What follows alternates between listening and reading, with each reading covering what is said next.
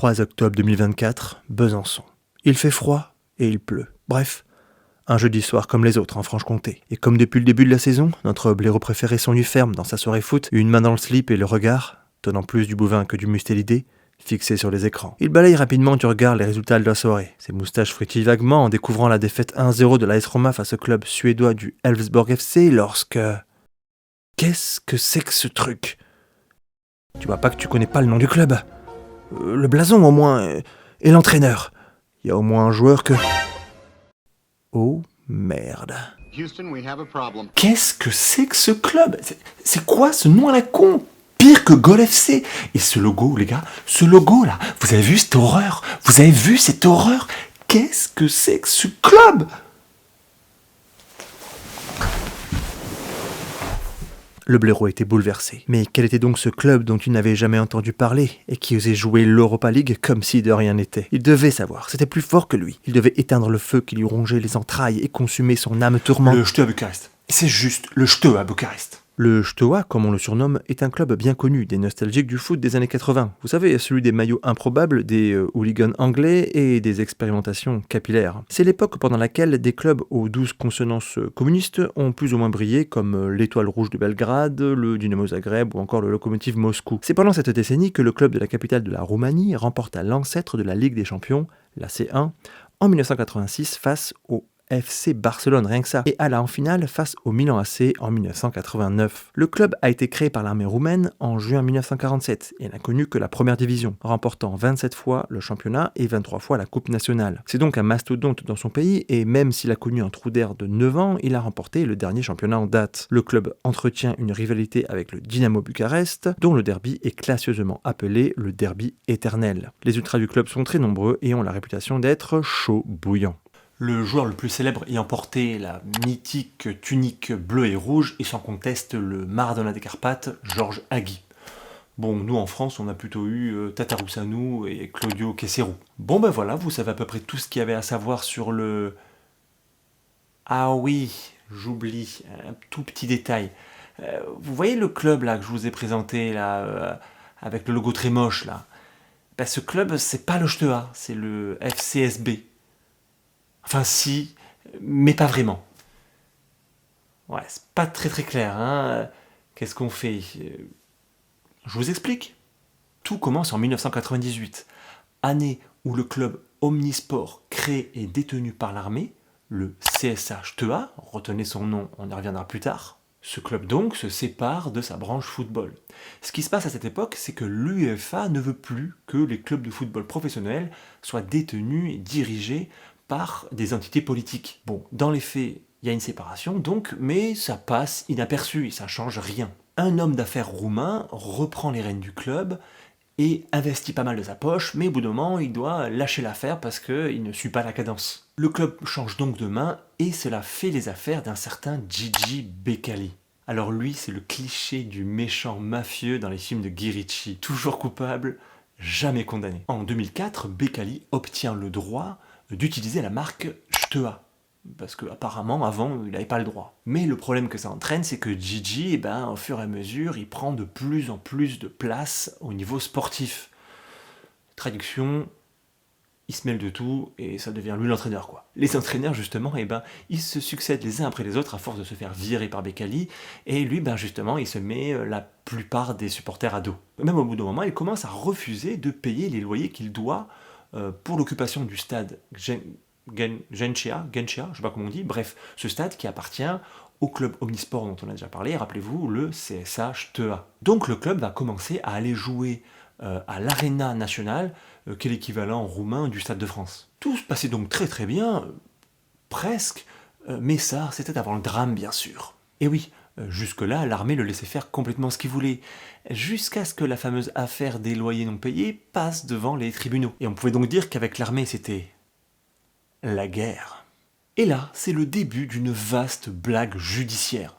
Accrochez-vous. En 2011, l'armée obtient le droit de retirer la marque Steaua à Gigi Becali. Puis en fait, non. Puis en 2014, la Cour suprême de justice dit qu'en fait, oui.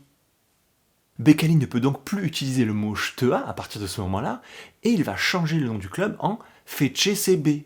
En tout cas, c'est comme ça qu'on dit en roumain, mais moi je parle pas roumain, donc je dirais FCSB, ça marche? Il va aussi en profiter pour changer l'emblème du club, bien entendu, pour cette fameuse horreur graphique que vous avez déjà vue. Vous avez pu le remarquer, même l'étoile change, et la nouvelle, elle a 8 branches. En fait, c'est le symbole de l'orthodoxie, qui est la religion de Bécali. Pour la petite histoire, lorsqu'on demande à Bécali ce que veut dire FCSB, puisqu'officiellement ça ne veut rien dire et qu'il n'a pas le droit d'utiliser le mot je te hais, même si tout le monde a compris, hein, bien entendu, lui il répond Faci se spune Bécali, ce qui veut dire faites ce que dit Bécali. Humour roumain ou humour bécalisien, je sais pas.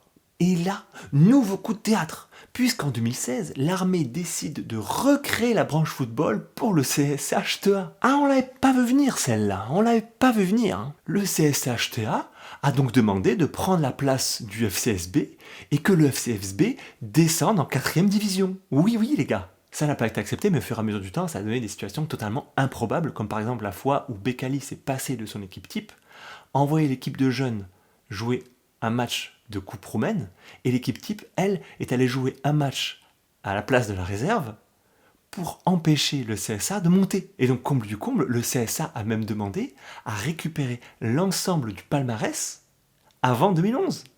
Ce qui veut dire que pendant un temps, il y avait 2 clubs qui se partageaient le même palmarès. Sur ce sujet, finalement, la justice va décider, elle a tranché. Ce qu'elle a décidé, c'est que tout le palmarès avant 1998 revient au CSA, et tout ce qui est après 98 revient au FCSB. Pour la petite histoire, si comme moi vous avez beaucoup de temps à perdre et que vous vous baladez sur le site officiel du FCSB, à la section Histoire et palmarès, il n'y a rien. En fait, ça marche pas. C'est fou.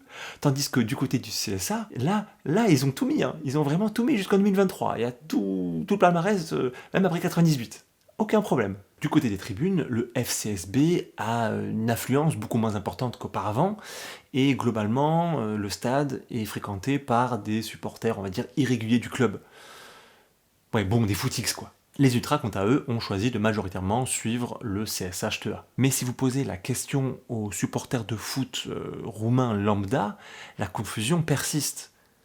Lequel des deux est le vrai JTA? Est-ce qu'il y a un vrai et un faux JTA? Perso, vu de loin, en tant que supporter français d'un autre club, je trouve ça un petit peu trop facile de considérer qu'entre 1998 et 2016, il ne s'est rien passé et que le JTA n'a pas subsisté, n'a pas continué d'exister. La question de fond que pose toute cette histoire, c'est qu'est-ce qui fait qu'un club est ce qu'il est? Qu'est-ce qui lui donne son âme? Comment définir son ADN? Qu'est-ce qui fait qu'il est ce club et pas un autre? Perso, j'ai pas la réponse, mais je pense qu'un club est composé de l'ensemble de ce qui le compose. Et c'est d'ailleurs pour ça que j'ai pris le temps de vous le présenter. Son histoire, ses supporters, ses dirigeants, ses joueurs, son palmarès, son stade, etc. Ainsi, un club de foot, c'est un petit peu comme une œuvre d'art.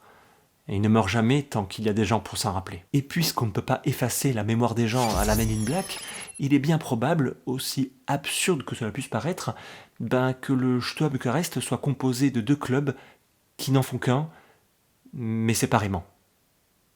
Merci à toi d'être resté jusqu'à la fin de la vidéo. Et si c'est le cas, n'hésite pas à marquer en commentaire étoile. Bah oui, parce qu'en fait, le Steaua, ça veut dire soleil. Mais non, étoile, banane, faut suivre un peu. Merci au journaliste Alexandre Lazare, qui est journaliste à SoFoot et fondateur du média Foot Roumain sur X, et qui m'a pas mal aidé lors de la phase d'écriture de cette vidéo. Sur ce, je te dis à bientôt, ou du moins je l'espère, parce que tu as pu le remarquer, le rythme de sortie est légèrement aléatoire sur cette chaîne. Il faut dire que ça a pas mal bougé au niveau perso, familial, et travail, etc. De mon côté. Mais c'est pas l'envie qui manque, mais plutôt, on va dire, l'inspiration, et Dieu sait que c'est pas quelque chose qui se commande. Quoi qu'il en soit, moi, de mon côté, je prépare pas mal de choses, d'autres vidéos pour cette chaîne, et peut-être aussi sur une autre chaîne. Qui sait, on sait jamais, peut-être, voilà. Je t'en dis pas plus pour l'instant, je mijote tout ça tranquillement dans mon coin. Maintenant, je prends tout mon temps pour faire des vidéos, sans aucune pression. Je te dis donc à la prochaine, je sais pas quand, mais j'espère que ça va arriver vite. Allez, ciao.